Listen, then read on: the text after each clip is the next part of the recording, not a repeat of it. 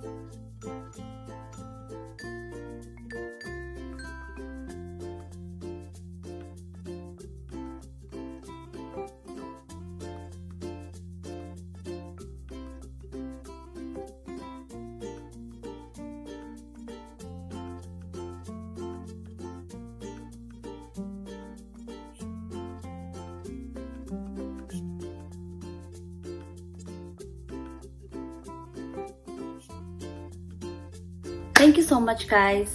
Thank you so much for watching this video. And yeah, so that's the end of our video.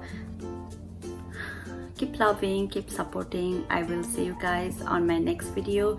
If you want to see some of these DIY ideas that you think I should try and share my experience with you guys, so please do let me know. I will be more than happy to try it. I have got so many ideas from some of you, like you are sharing so many good ideas, so I will be doing the videos on it also, and I will shoot out your name while doing that video, so wait for it on my next videos. So I'll see you guys next week, Sunday. Bye, love you.